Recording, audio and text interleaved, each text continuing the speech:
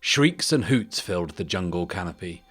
Heavy raindrops spattered the large, heart-shaped leaves of the undergrowth. Grip had taken a shortcut up the hill behind the village through a narrow mountain pass before exiting into the rainforest. Near the village, the air was cooler. Clouds rarely formed, the ground suited only hardier crops. The farmers had only culinary herbs, but knew rarer medicinal plants grew in the area he now searched. Grip hacked at the dense vegetation with a short, heavy blade crafted from a piece of starship fuselage, forging a path until a tough vine caught it with a jerk, tugging it from his grasp. He jumped. The blade hung several inches out of reach. The nearest tree was straight, its buttress roots a good platform provided he planted his feet correctly. He backtracked, ran at the tree. 1, 2, spring! He reached for the blade and caught hold. Hand bandaged with a now bloody strip of shirt, Grip staggered from the forest onto an ancient paved pathway overgrown with vines, a clear path to his destination. As he strode forward, he stumbled, vision swimming. If only he'd caught the blade by the handle instead of the sharp edge. The sharp edge laced with hallucinogenic, toxic vine sap.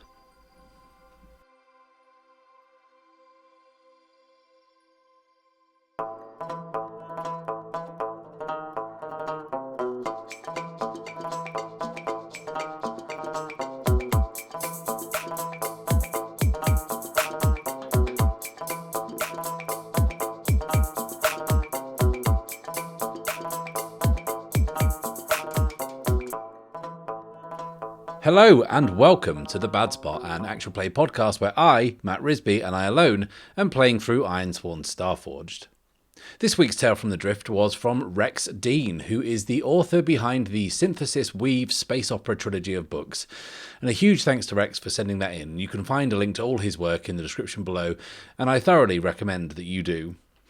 If you want to roll some dice and write something for me to read at the beginning of a future episode, then the submission guidelines and contact details are on screen now, and this, right here, folks, is the final call. I have so few spots left available that this will be the last time I ask, so you have been warned. And whilst I have you, why don't you leave a like, subscribe, and click the little bell icon so you can follow along with the campaign each and every week. These things are really important for supporting the channel and supporting what I do, and if you really want to support the channel, then why not check out the Bad Spot Patreon. There you'll get early access to all episodes, exclusive behind-the-scenes content, and your name on screen, like these lovely people. Last time out, we followed Griff, as he attempted to jump through the forge to reach a mysterious destination, his new protocols activated by Professor Darwin leading him on this secret mission. Griff finds the eclipse dropping out of the drift prematurely every time he tries to leave the sector. After the first jump, he encounters a large creature and its young, a winged drift ray trying to evade pirates hunting them. Griff, spurred on by his new Guardian protocols, disables the pirate vessel with the Eclipse's surge blasters before jumping again. When the ship unexpectedly drops out of the drift early again, we leave Griff and finally discover the true reasons E-drives don't seem to work in this sector. We see that the many asteroid belts that span this sector are actually deliberately filled with ground black iron from disassembled black iron gates. The Pact use remote devices floating in the belt to emit a charge through the iron dust, which inhibits E-drive use. We watch this strange, elaborate process taking place on Narthex Prime, the Pact's floating city fortress, and as we watch another hauler full of black iron dust leave on another mission, the Eclipse drops out of the drift right next to Narthex Prime. It is immediately caught in a tractor beam and pulled in. As Griff shuts down the power, he sends a transmission that reaches Professor Darwin. She is on the planet that has haunted Archer Barlow's vision since he stepped through the Iron Gate on Paxton Hold. We leave her standing, looking up at the mighty series of black iron spires that are on this desert planet's surface. She places her faith in Archer to find her. Archer comes to. His head is ringing from the blow that he received to the back of the head from the bounty hunter. His vision is blurry. Things slip in and out of focus as he tries to get a sense of his surroundings. So let's try and figure out exactly where he is. And I think that he's very much still on Last Port, but someone has put the word out on him and a bounty hunter has caught him and brought him here, wherever this is. So let's kind of describe it. I've got nothing in mind, so let's go to the oracles. What is this place? Where has he been taken? 98 is wealth, and 52 is hidden. So, like, maybe it's a secret area of Lastport that like no one else can get to, perhaps, like hidden away somewhere, like a floor between floors, possibly, or somewhere that's like right at the very top of this structure. Maybe there's what looks like on the blueprints like a maintenance level, like something completely nondescript, but it's totally off limits. But what's the wealth part of this? Well, what if it's like, and bear with me here, what if in this kind of like grubby, desperately run down industrial station of Lastport, in amongst all these cutthroats and brigands who'll stab each other in the back over the smallest thing, what if there is this hidden area that appears, like I said, on maps and blueprints as a maintenance area, or just something, just nothing, just a nothing area? Well, what if there's this hidden area that is luxuriously wealthy, like opulently so? And like, I don't know what this says about me or why this has popped into my head, but I'm thinking of like the upper floors of the Nakatomi Plaza in Die Hard. Like there's all this kind of like ornamental things, and there's wood paneling and smoked glass, but it's kind of pretty minimalist. But the thing is the most important thing is that it is completely out of step with what Archer would expect to see. Like, this is so weird to him. Like, everything in this world, in the Forge, in this universe, everything that is man-made is grotty and dirty and metallic and functional. And this is absolutely not that. It is the opposite, the antithesis of all of these things. So he reaches up with his hand and he touches the back of his head where the bounty hunter hit him. It's tender to the touch, but there's no blood. He was just kind of knocked out cold. And I think it's at that point that he realizes that he is not restrained or bound. His hands are not tied. He's actually pretty comfortable. He's sat in a very, very comfy chair. It's kind of padded leather of some kind and sleek and clean with a curved kind of chrome frame. Where is he? As the room comes into focus, he sees that it's wood-panelled and circular, like perfectly circular. Very occasionally there's these breaks in the panelling where the wood is disrupted by kind of like a smoked glass window, but he can't see out. He checks to see if he has his gun, and he doesn't. But it is there in front of him. It's within easy reach on a large, round, dark wooden desk. And across from him, at the desk, sits a person. So, let's roll up some details about this person. First, we'll get some pronouns. 5 is he, him. So, okay, it's a man. And let's have a roll on the first look. Okay, 76 is slight. And 33 is eccentric. So, slight and eccentric. And what is their initial disposition? 23 is curious. So, a slight, eccentric man who is curious. Okay, so we'll have a name. This person is a shady figure. And I think that they would need like a one-word name, something that is mentioned and will kind of strike fear into people or whatever. So on the character names oracle, we have call signs. So I think I'll just roll up a call sign and see what that gives me. Number 3 is anvil. Okay, so an anvil, which is a big, heavy thing used in like blacksmithing. Is it blacksmithing it's used in? Yeah, this big, heavy, bulky thing. That's a perfect name for this slight, eccentric person. Which I mean, I guess that's the whole deal, right? So like the anvil is a perfect incongruous name for such a person, and the person himself is incongruous to this station and the place that he is inhabiting, this very strange, ornate, luxurious place, which, as I'm thinking about it, as these details are coming out of my mouth, I think this needs an ornamental pond in it as well, because that is exactly the kind of thing that this person would have, that's like full of space carp or whatever. I don't know, space fish. Even better, like in the floor beneath Archer's feet there are other glass panels, and Archer kind of is obviously taking this whole site in, and he looks down and he can actually see fish kind of like gliding past below him. And maybe this room is actually in the middle of like a giant pond. And there's maybe this kind of decorative, ornate bridge that connects it to wherever else this station is. I have no idea how you'd even get here, to be honest.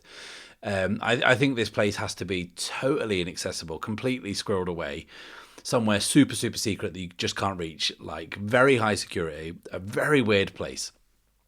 I like it. But the anvil, okay, let's have a think about the anvil. What is he all about? So I think physically he looks far from the imposing figure that you would suggest. And to be clear, like, I don't want to kind of add layers onto this, but he is the person who is ruling Lastport. I made that decision that whoever would put the word out on Archer and demand they be brought to them, like, this is him. The anvil is the person who rules Lastport. But in the flesh, he is not what Archer or anyone else would expect. And I think to kind of lean into that a little more, he is older. He's maybe kind of like in the 50 to 60 age range. And he's like very slightly built. He has this kind of short, wispish, kind of whitish grey hair. And as I'm describing this person, I don't know why, again, it says a lot about my brain. But I think maybe it's because of the eccentric Oracle result, but I'm picturing John Waters, like the film director John Waters, and I like that can't be a bad thing. And I even think that the anvil has that pencil thin moustache.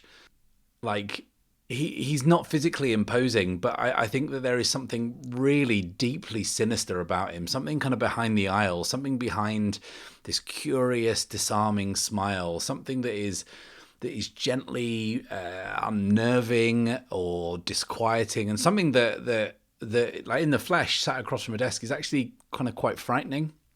And I think if we're going to go like whole hog on this, like the anvil's attire is also like very, very outwardly strange. Like to Archer, definitely. Like I'd say that he is dressed in kind of quite simple clothes, but they are meticulously pressed and they are not functional at all. They're like pale white slacks and like a silk shirt, like a really clean, expensive looking shirt. This guy basically looks, in my head, like a kind of 1940s matinee idol who is on holiday. And he has that kind of air about him of kind of grace and wealth and refinement. And in the forge, that is so odd, so strange. And Archer is just kind of baffled. He's just taking this in. He's trying to process all this new information. He's in this weird place with this weird guy in front of him, but he has kind of been hit on the head, dragged here, however he got here. There's a gun on the table, and that is what is on the forefront of his mind now. He's trying to work out, it's not a dream. He's not having an hallucination. This is real. And I don't think he's doing that great a job of hiding his desire to reach for the gun. And I think the anvil is just sat there looking at him. We rolled curious, didn't we, on the disposition. And I think his head is kind of slightly tilted to one side and brow kind of furrowed as if he's trying to make sense also of the man sitting in front of him. Archer's eyes flick nervously between the anvil and the gun. The anvil is just kind of regarding him inquisitively. But I think, unless Archer is very much mistaken, there is a note of worry behind the anvil's eyes. And he also notices that the anvil in his hands is kind of delicately toying with something. And it's what appears to be a tiny little scroll of paper. And Archer, kind of not wanting to give too much away, says, "This isn't the first time someone tried to shake me down for information. It isn't even the first time this week. So you can look at me all curious like, ask me the same questions about how the hell I got into this sector, and I'll give you the same answers I gave the others. So if we could get this moving, so I can get back to Lastport, get my crew and my ship, and be on my way, then I'd appreciate it." Hello, Matt from the kind of future, I guess, or from now? I don't know. Anyway, what I'm trying to say is, I may have mentioned it before, but that scene that just played out with Archer meeting the Anvil for the first time and rolling up all those weird eccentric details about him and his luxurious surroundings, that was all from the season 2 finale. And I did mention it before, but I ended up cutting that out because it was a little bit too much. It was kind of like too many endings. We had Griff kind of getting these new instructions and coordinates, and Luna being alone, and Archer being kidnapped and stuff, and it just slowed things down and just got a bit much. So I ended up cutting it out, and then I was not going to do anything with it until I realized that, okay, now Luna is here. How are we going to find out what Archer's been up to? So I thought I'd maybe try and kind of play the whole thing out from Luna's point of view, but then I thought, well, hey, here's a fun idea. Let's kind of do a 2 timelines type thing. And this is where we're at. We are now seeing the events that have already happened on Lastport from Archer's point of view. And that's the point where I got to. And obviously now we know what Luna's up to. So it was kind of fun to play out the other stuff from this viewpoint, knowing what she's up to. But anyway, I don't know if this is useful, but I guess it's too late now. Bye. And the Anvil sort of takes a moment to himself and says, "Your ship was impounded the moment you arrived. We have pulled the navigational data. We know everywhere you've been and for how long. It makes for fascinating reading." And Archer just says, "Get to the point." The Anvil continues, "I had rather hoped we would have more time to talk. You are the first person I have met face to face in decades." And Archer kind of is a bit confused by this and says, "Okay, I'll bite. What is this place? Where am I?" And the Anvil says, "You are still very much on Lastport, albeit in more salubrious surroundings." And now Archer looks even more confused and kind of looks down again and sees more fish, kind of black and gold, swimming by. And the Anvil continues, "I would have very much enjoyed learning about your exploit traversing wild space, the baffling trail you've left across the forge in your little exploratory craft, the stories you could tell." And Archer's kind of getting annoyed by this and says, "Again, the point, and get to it." The Anvil says, with regret, "I'm afraid it is all rather academic now." And he takes one last look at that tiny little scroll of paper in his hands. It's sort of greyish in colour, only a few centimetres wide.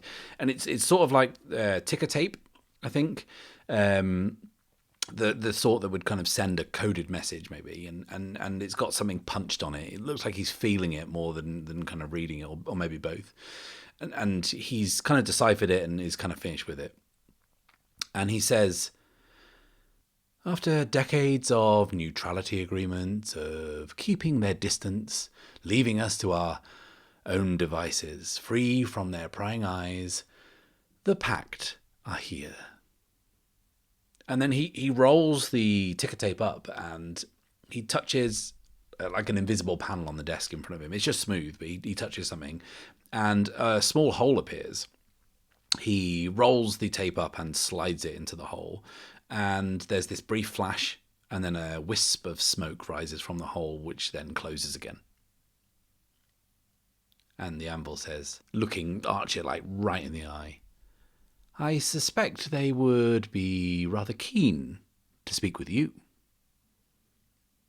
And Archer kind of processing this and says, "So why not hand me over? You have the information you need." And the anvil smiles and says, "That would be convenient, wouldn't it?" As they are talking, as this conversation is taking place, another string of ticker tape starts to feed slowly out of this minuscule slit in the desk. And the anvil kind of starts to take it from there, kind of feeding it between his fingers. And he says, "Information is one thing, Mr. Barlow. Context is another. That context is you.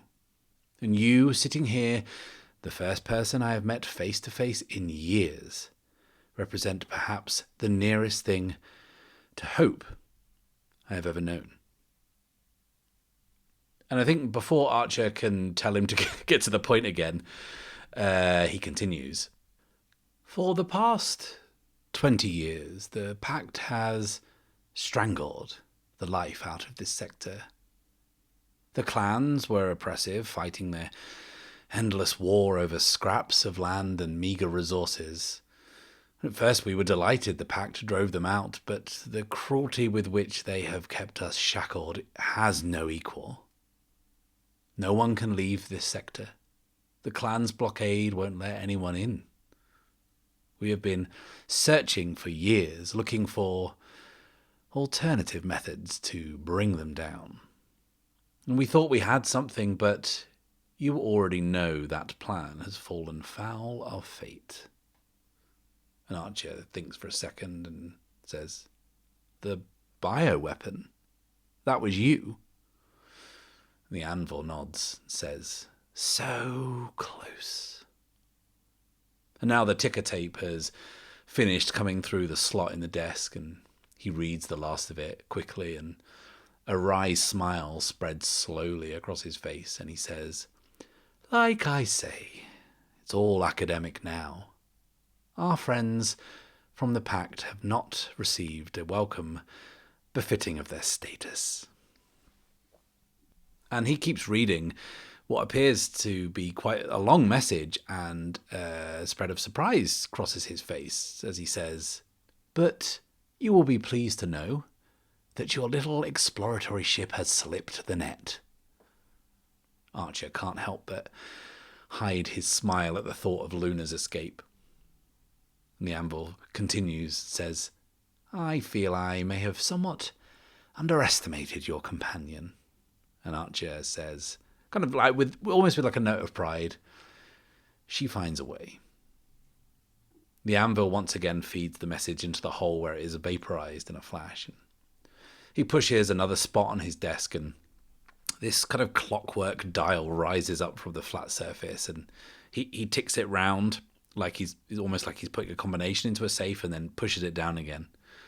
And the lights in the room, which are already providing a very nice kind of ambient vibe, they dim slightly. The anvil says, "No need for alarm. We're quite safe here." And Archer isn't quite sure about that. And he kind of strains to hear something. And over the peaceful sound of like the pond, it's kind of like broken or disrupted by another sound of like heavy mechanical movement, like mechanized footsteps maybe. And it's coming from the other side of the door that's behind him. Something big is clearly on the other side. The anvil, once again, tries to reassure him and says, "A precautionary measure, nothing more." So what's the play here? Like the anvil clearly needs Archer, and Archer's got no ship. He's sort of kind of backed into a corner, and I don't think he fully realizes the wider implications of like what's happening out there. So I think he's sort of resigned, I think, to having to assist the anvil in whatever needs doing. He doesn't have all that much of a choice. But he's not dumb, Archer. I think he's going to try and leverage his position somehow, because the Anvil does need him. But the question is, what does Archer need? He needs safe passage, right? His thing is he has to shut down the Iron Gate network, or kind of stop it from falling into the hands of Azrael Vega, and he has to find the Professor. He has to keep going. That is his quest that he's on. So wherever she is, he has to get there. He doesn't know yet what Griff is doing. And he also thinks Luna is with Griff, because Griff is useless, right? So that assumption is now about to be completely reversed in Archer's mind when he finds out kind of what's going on. Because, hey, guess what? Griff might just be the key to this entire story. So Archer wants safe passage, but I think he needs the Eclipse. He needs his ship, because the Anvil absolutely has pulled all the data from the Eclipse's navigational systems, like the E-Drive and everything. But what he won't have accessed is some of the stuff that he won't have known to look for, like the Professor's Archives, for example. There's a whole bunch of other shit that Archer has got kind of squirreled away in that ship as well. And that's what the Anvil is referring to, right? He has the information, but what he doesn't have is the context. And Archer is the only person who can provide that. So I think Archer is going to ask for something in return. So he says, if you want my help, you got it. But I need my ship, I need my crew, and I need your word that you'll grant us safe passage once it's done. And we've been here before, right? Like Archer says, like he's kind of every 5 minutes, seemingly, since he's been in this sector, he's been dragged in front of someone and asked to explain himself. Dr. Freeman back on the Cradle, on Purgatory Station, and also the Court of the Crimson Shards. He's kind of like dragged in and asked to explain himself and kind of how he got there. And in the case of Dr. Freeman, he was then tasked with doing something in return for safe passage, kind of been asked to kind of jump through hoops to kind of, be able to go on his way. And in that example, like, and referring back to the bioweapon, Archer and Luna had to go and fight some fungal zombies, which was an ordeal. So I think that Archer he's getting a bit tired of this. So I think he is going to recognize the fact that he has some kind of like negotiating power here. And I think he's going to push his luck. I think because he senses he has that leverage, I think he's going to push for something more. So he says, and when I say safe passage, I mean it. That doesn't mean you turn a blind eye once it's done. It means we come to you for anything we need to help us on our way, and you better be willing to oblige. And this is absolutely a move, isn't it? And that move is quite obviously compel. Compel says, when you try to persuade someone or make them an offer, envision your approach. And we get the choice of like, charming, threatening, or kind of lying or swindling. And unlike Archer and how he normally goes about things, I think this time there's like some real steel in his voice. There's like absolutely an edge to this. So controversially, I think this is going to be rolling plus iron, because I think he's trying to incite rather than threaten. I think, which he could, like the gun is right there. He could, try and flex that, but I don't think he would. And trying to be kind of tough, I guess, is not really in Archer's wheelhouse at all. But narratively, it is absolutely what's happening, and it makes sense to do that. So let's try to compel the Anvil, rolling plus iron. That is a strong hit. On a strong hit, they'll do what you want or agree to your conditions. Take +1 momentum. So, God, it's been a long time since we've made a roll with Archer. So we are up to momentum. We're up to 7 momentum. So that's good. So that has worked, and it feels kind of okay that worked, because Archer is like totally right in his assumptions. He actually does hold enough power to be making some sort of demand here. Like if the Anvil kills him, he gets nothing. And for all he knows, like Luna and the ship are gone, so he doesn't have any leverage that he can use against Archer. So it kind of makes perfect sense.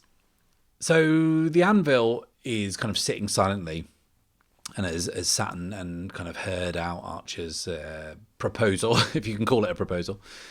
And he says, kind of sort of feigning indignation, "You seem to have mistaken me for some petty reactionary. drift pirate king with delusions of grandeur. And he leans in closer and says, kind of under his breath, almost threateningly again, I can assure you that I am an altogether different class of villain.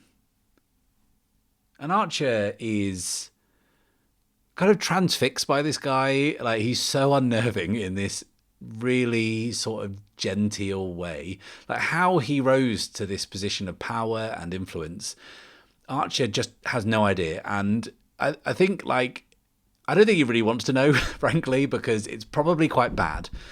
But as he's kind of sat there looking at him in this weird moment, and he's kind of strangely got this incredibly powerful, threatening guy to agree to his conditions in this really serene kind of Nakatomi Plaza office surrounding, the serenity of that moment is like suddenly broken by this almighty crash coming from outside, and it shakes the room.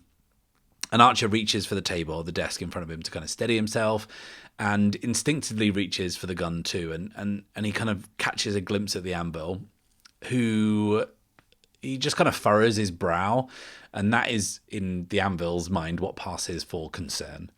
But other than that, he is otherwise unmoved.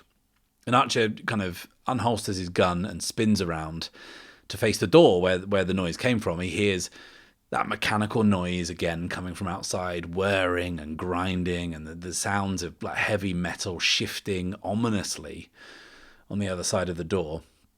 He drops to a crouch and kind of gets kind of into what can be, I suppose, classed as cover behind the chair he was sitting on, and he trains his gun on the door. And again, he looks below him through the glass panel in the floor, and he sees a large shoal of fish kind of like urgently darting around frenetically below him. And then there is an almighty crash as the door is blown off its hinges, sending splinters and wood everywhere. He kind of covers his head and looks back, his gun ready to fire. And he sees that a person has been flung through the door, a person wrapped in thick, heavy netting, and this person is sliding slowly across the polished floor before coming to a stop at his feet. And he stands to look down at Luna, who is soaking wet, covered in pondweed and tangled in this thick, restrictive web. The Anvil joins Archer looking down at this strange sight and says, "Fascinating." And Archer says, "Have you been to the hangar? Have you seen the eclipse?" And he looks around the room again and says, "And where is Griff?" And Luna, still unable to move, spits out some pondweed and says, "Yeah, funny story." Thank you a million times. Thank you for watching. Please like this video, subscribe if you have not done so already, and click on the little bell icon so you can be notified as soon as the next video drops. I'll be back next time, but until then, it is farewell and safe passage.